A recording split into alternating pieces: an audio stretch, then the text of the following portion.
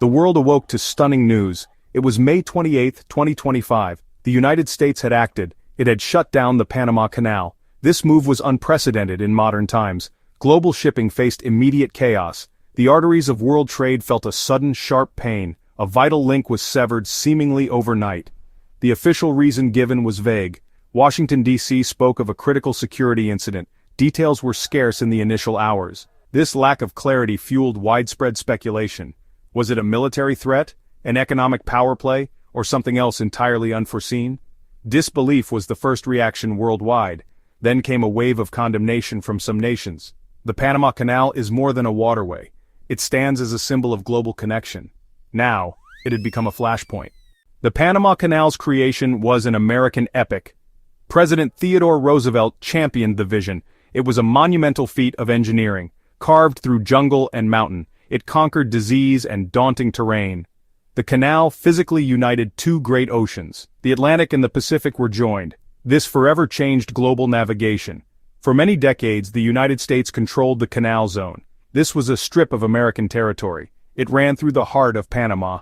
This arrangement created a complex relationship. It was often fraught with tension. Panamanian aspirations for sovereignty grew stronger. The U.S. presence was a constant reminder of a power imbalance on their own land. The Torrijos-Carter Treaties of 1977 marked a turning point. These historic agreements set a new course. Full Panamanian sovereignty was achieved on December 31, 1999. A new era of partnership was promised.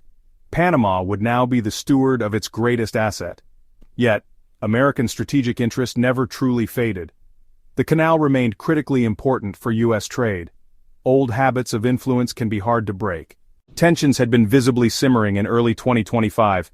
A dispute over transit tolls became a focal point. The U.S. State Department made a bold claim. It announced U.S. Navy ships could transit toll-free. Panama, under President José Raúl Mulino, swiftly refuted this. He called the U.S. statement false and intolerable. Panama insisted no such fee modifications existed. This set the stage for a direct disagreement.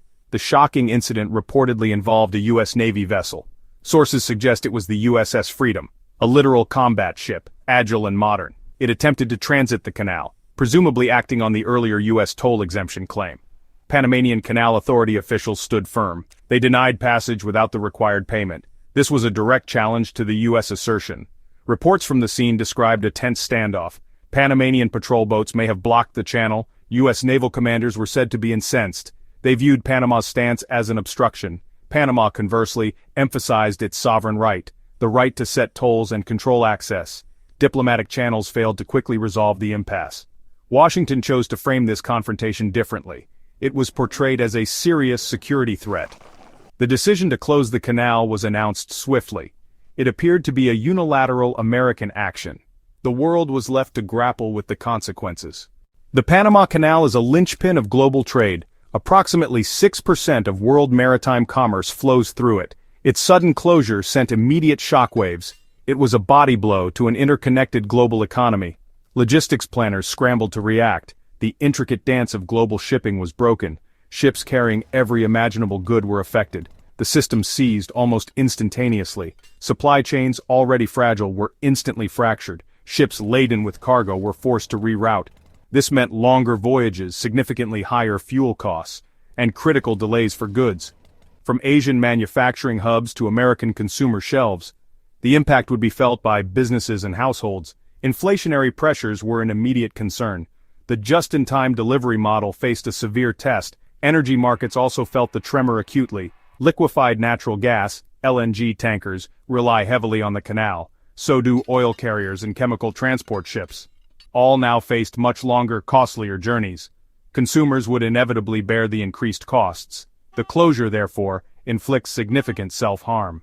Section 5. The Dragon at the Gates, China's Shadow over Panama.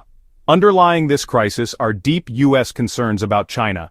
Beijing's expanding economic and diplomatic influence in Panama has been a growing worry for Washington, particularly concerning our Chinese ties to port operations. These ports sit at the strategic mouths of the canal. This proximity is viewed with suspicion by U.S. strategists.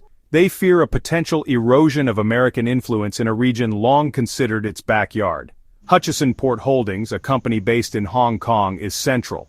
It operates two key Panamanian port terminals, Balboa on the Pacific side and Cristobal on the Atlantic side. These facilities are critical for canal logistics. Their management by a Chinese-linked entity alarms U.S. officials. They see it as a foothold for Beijing, right at the doorstep of a vital global choke point. The United States harbors fears of strategic leverage. Could China, through these port operations, disrupt canal access, or gather sensitive intelligence? The canal closure is a dramatic assertion of America's determination to counter Chinese influence. Section 6 Geopolitical Chessboard Power Plays and Alliances. The United States' decision to close the canal stunned the world. Allies and rivals alike were taken by surprise. It was interpreted in various ways. Some saw it as a bold assertion of American power, a decisive move to protect its interests. Others viewed it as a reckless, dangerous gamble, one that could destabilize global trade and peace. International opinion was sharply divided. Nations across Latin America watched with particular nervousness. The U.S. action resurrected uncomfortable memories of past American interventions in the region. Concerns about national sovereignty were voiced loudly. Many countries value their independence fiercely. They worried about the precedent this closure might set. China, a key player in this drama, issued a strong condemnation. Beijing characterized the U.S. closure as a violation, a breach of international norms and maritime law. China offered its support to Panama, pledging to help resolve the crisis. International bodies, including the United Nations, reacted swiftly. They issued urgent calls for restraint from all parties and strongly advocated for immediate dialogue. The stakes were incredibly high for everyone. Section 7. Navigating Troubled Waters, Panama's Path Forward. Panama now confronts an immense and daunting challenge. Its national sovereignty has been directly tested. Its primary economic asset, the canal, is paralyzed. This places enormous pressure on President José Raúl Mulino. His leadership is under intense scrutiny, both domestically and internationally. He must navigate these treacherous waters carefully. The future of his nation depends on it. The immediate priority for Panama is clear. It must unequivocally assert its sovereign rights, the right to manage and control the canal, while simultaneously seeking a peaceful, diplomatic solution. Garnering broad international support will be crucial. Legal avenues through international courts or bodies may be explored. Panama must present itself as a responsible actor, a victim of an unwarranted external action. Continued investment in the canal's infrastructure remains vital. Section 8. The Future of the Cut, Uncertainty and Hope. The immediate future of the Panama Canal is shrouded in uncertainty. How long will the United States maintain this closure? What are its precise demands for reopening it? Clear and transparent communication from Washington is sorely lacking. This ambiguity only heightens global anxiety and complicates any efforts towards resolution. Shipping companies and economies need predictability. The current situation offers none. A negotiated settlement represents the most rational hope. Such a settlement must respect Panamanian sovereignty. This is a non-negotiable point for Panama. It must also genuinely address legitimate U.S. security concerns. Finding this delicate balance will be incredibly difficult. The international community can play a mediating role. Ultimately, the Panama Canal was built to serve the world. Cooperation, not confrontation, is the key.